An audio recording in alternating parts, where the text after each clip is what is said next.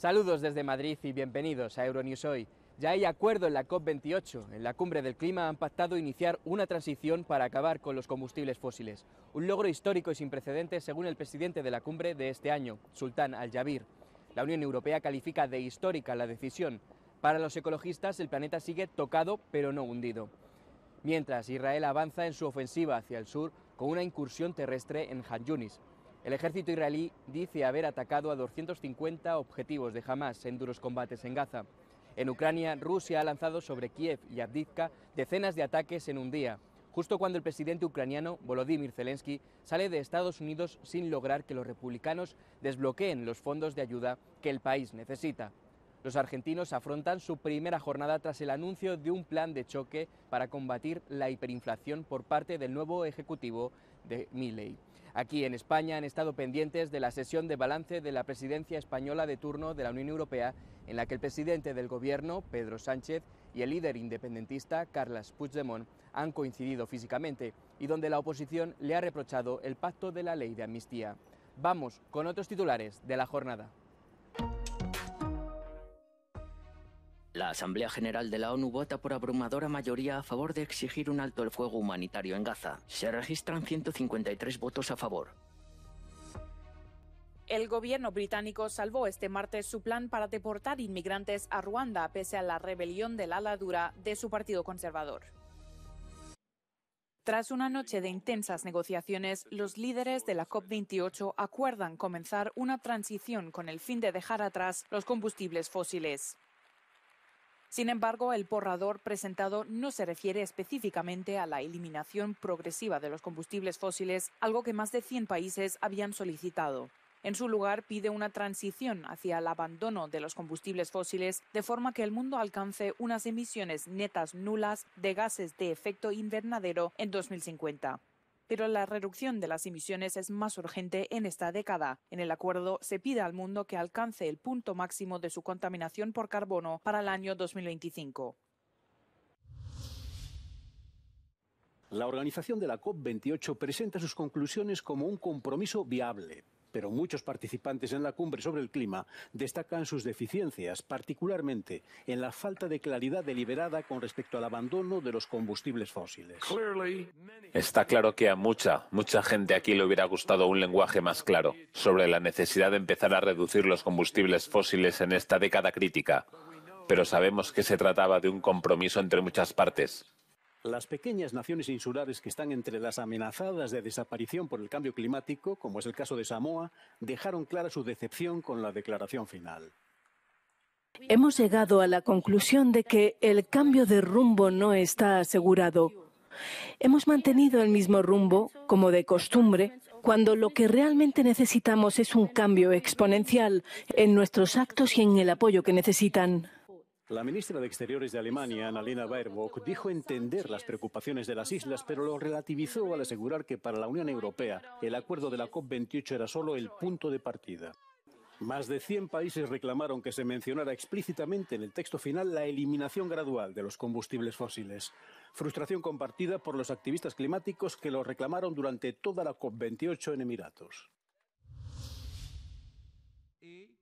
La Asamblea General de la ONU ha votado por abrumadora mayoría a favor de exigir un alto el fuego humanitario en Gaza. Así, se han registrado 153 votos a favor, 10 en contra y 23 abstenciones. A diferencia de las resoluciones del Consejo de Seguridad, donde la semana pasada Estados Unidos vetó un intento de respaldar un alto el fuego en Gaza, las votaciones de la Asamblea General no son vinculantes, pero constituyen un barómetro de la opinión mundial. El sufragio también muestra el creciente aislamiento de Estados Unidos e Israel. Antes, en Washington, Joe Biden ofreció una recepción de Hanukkah en la Casa Blanca en la que señaló que Estados Unidos seguirá proporcionando ayuda militar a Israel hasta que se elimine a Hamas. Sin embargo, en una aparente nueva ruptura de relaciones, advirtió de que Israel pierde apoyos por sus bombardeos indiscriminados sobre Gaza. El presidente estadounidense también pidió al primer ministro de Israel, Benjamin Netanyahu, que cambie la composición de su coalición gubernamental, que se opone mayoritariamente a la creación de un Estado palestino. Mientras tanto, Israel ha seguido con sus bombardeos en la Franja de Gaza, principalmente en Han Yunis, en el sur del territorio. También se han producido combates en Rafah, cerca de la frontera con Egipto. La Organización Mundial de la Salud afirma que el sistema sanitario de Gaza ha pasado de contar con 36 hospitales a disponer solamente de 11 desde que Israel lanzó su gran ofensiva de ataques aéreos.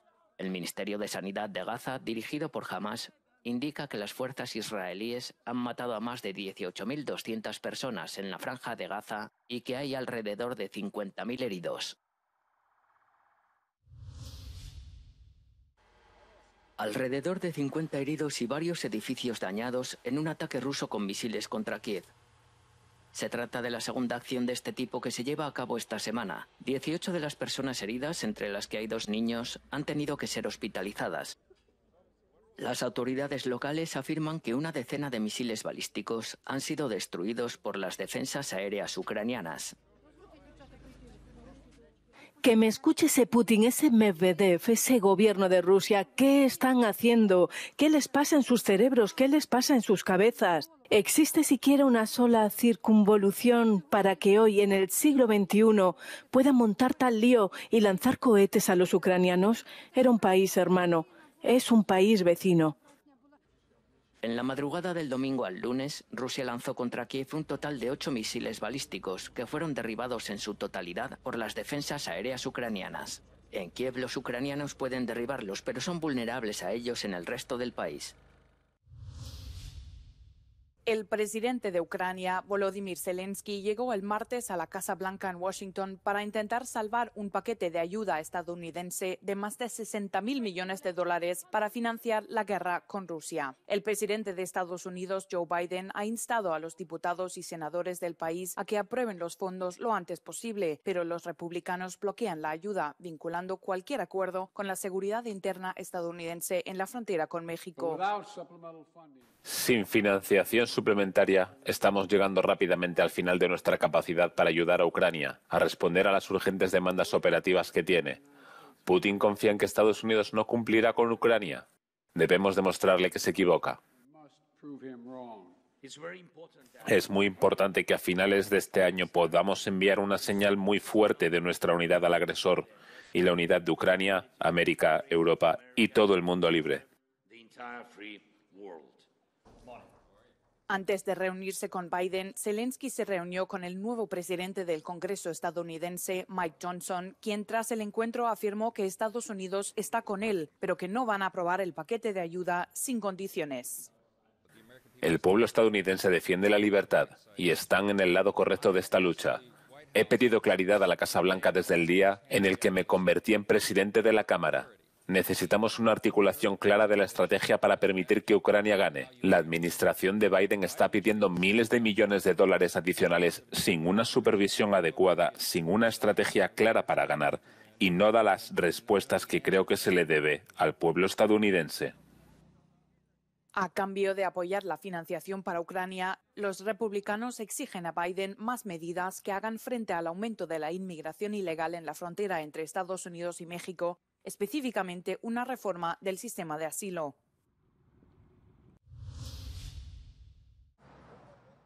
Un ciberataque dejó sin servicio este martes a un número no especificado de clientes de Kyivstar, el mayor proveedor de telefonía móvil de Ucrania, con unos 24 millones de usuarios. La compañía relacionó el ciberataque con el contexto de guerra que vive el país. La guerra con Rusia tiene muchas dimensiones, entre ellas el ciberespacio. Por desgracia, esta mañana Kyivstar se ha convertido en objetivo de un ataque de hackers de enorme potencia. Como resultado, el servicio de comunicación y el acceso a Internet quedaron temporalmente inaccesibles. Hasta el momento, no tenemos claro el tiempo de restablecimiento del servicio. Tenemos muchos problemas. Es imposible que los niños accedan a la educación online y ahora están en cuarentena debido a la varicela. Y yo tengo que conectarme al trabajo en cuanto pueda. Otras empresas privadas también informaron de fallos en sus sistemas y según medios locales, el de este martes supone el ataque cibernético de más envergadura que ha sufrido Ucrania durante la guerra. El Servicio de Seguridad de Ucrania ha abierto una investigación sobre lo sucedido. El ambiente se caldea en vísperas de la cumbre europea en la que Hungría amenaza con bloquear decisiones clave. La vicepresidenta de la Comisión Europea, Vera Jourova, ha criticado duramente la campaña que el gobierno húngaro inició el mes pasado contra el Ejecutivo Europeo. En ella retrataban en vallas publicitarias a la presidenta de la Comisión Europea, Ursula von der Leyen, con el mensaje "No bailamos al son de su música". Estas son las palabras de la vicepresidenta de la Comisión Europea. Esta campaña de vallas es indignante y escandalosa. Y esta campaña está ofendiendo a mi jefa, Ursula von der Leyen. A mí también me ofende. Y creo que a la mayoría, si no a todos, los miembros del Colegio de Comisarios. La Comisión se ha convertido en el blanco de una campaña que, en el marco de una consulta nacional, lanza graves acusaciones contra la agenda política europea. La Comisión denuncia ahora la redacción de las preguntas. He visto las cosas que son mentiras verificables. Por ejemplo, Bruselas quiere suprimir las ayudas públicas a los gastos de los servicios públicos. Es mentira. Bruselas quiere abolir el impuesto húngaro a las ganancias inesperadas. Es mentira. Son los Estados miembros los que deciden. Por ejemplo, algo jugoso, el supuesto apoyo de Bruselas a organizaciones palestinas que llegan hasta Hamás. Es una pura mentira. Esta polémica echa más leña al fuego de la cumbre que comienza este jueves. Hungría amenaza con bloquear la apertura de negociaciones de adhesión con Ucrania y también una ayuda financiera para el país, actualmente devastado por la guerra.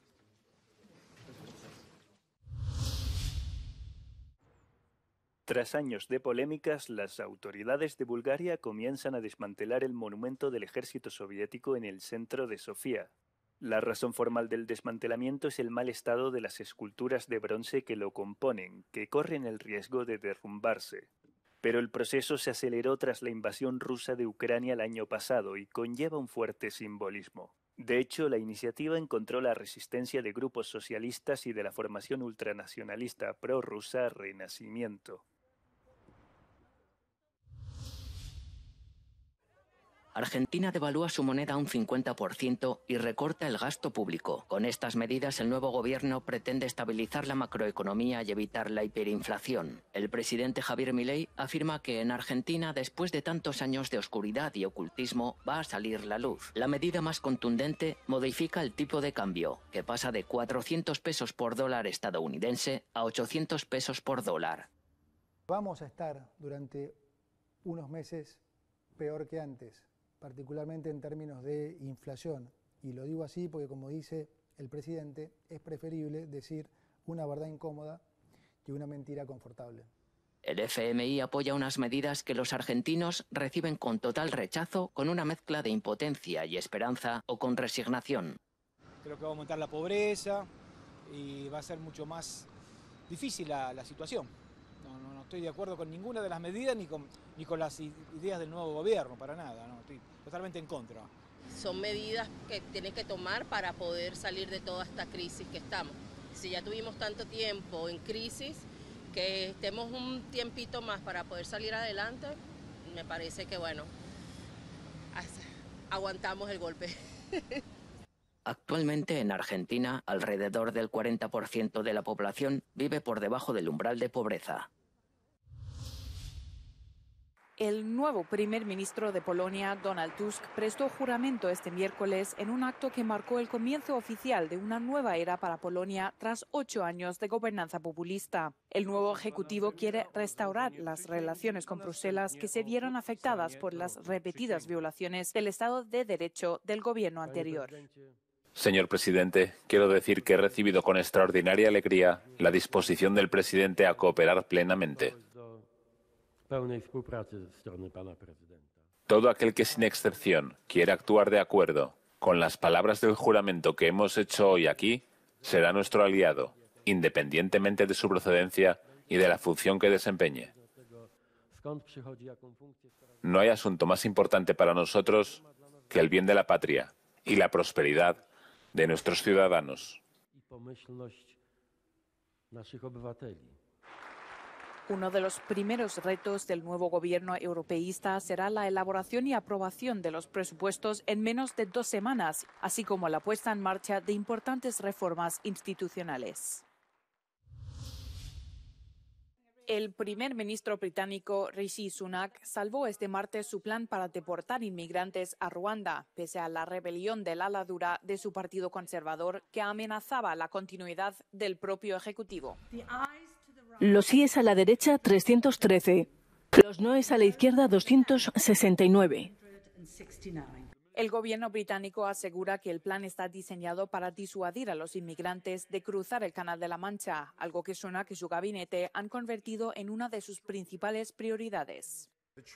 El tratado que firmé la semana pasada pone fuera de toda duda legal la seguridad de Ruanda.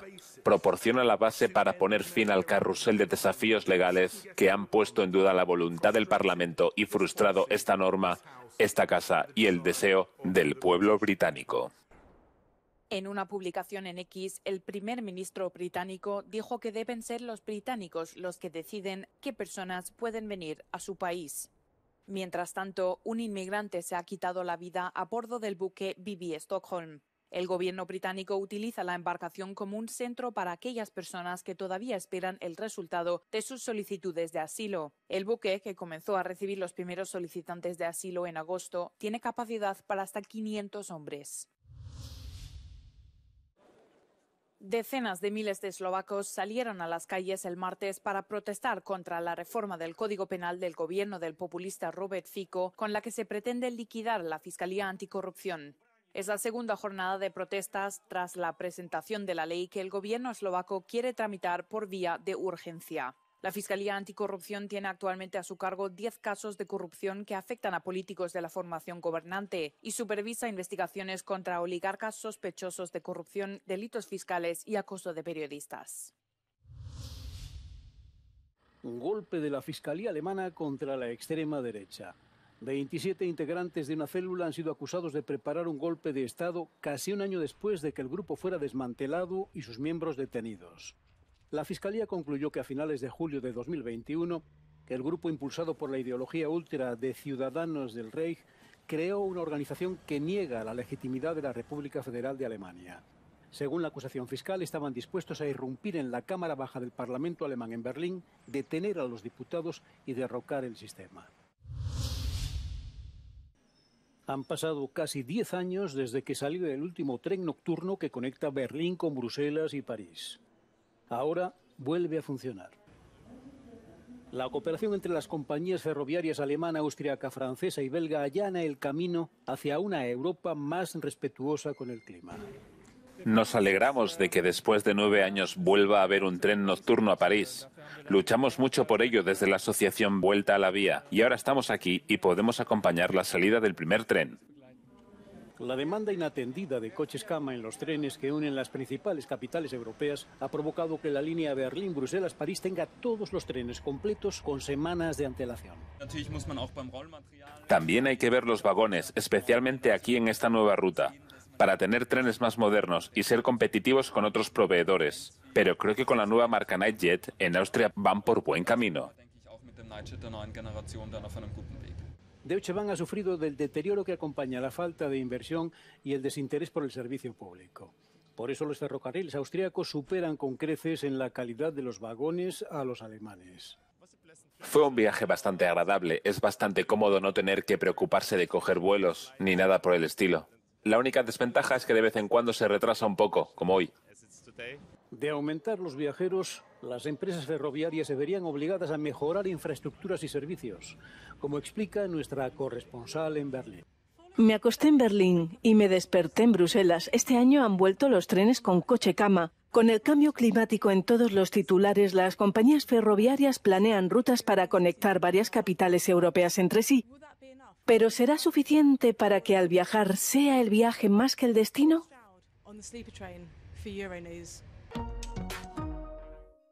Hasta aquí la información de este miércoles. Gracias por sus suscripciones, por sus pulgares hacia arriba y por estar al tanto de todas nuestras notificaciones en nuestro canal, nuestras redes sociales y nuestra página web. Les dejamos con el No Comen del día, en el que verán la acción antisemita de un legislador de extrema derecha en el Parlamento de Polonia. Buenos días, buenas tardes, buenas noches.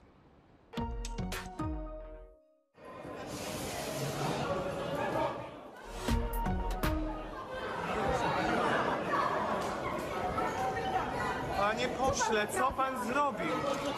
Panie pośle, jak tak można było się zachować? Rozchodzimy się, proszę państwa. Proszę się, Rodek. Rozchodzimy się.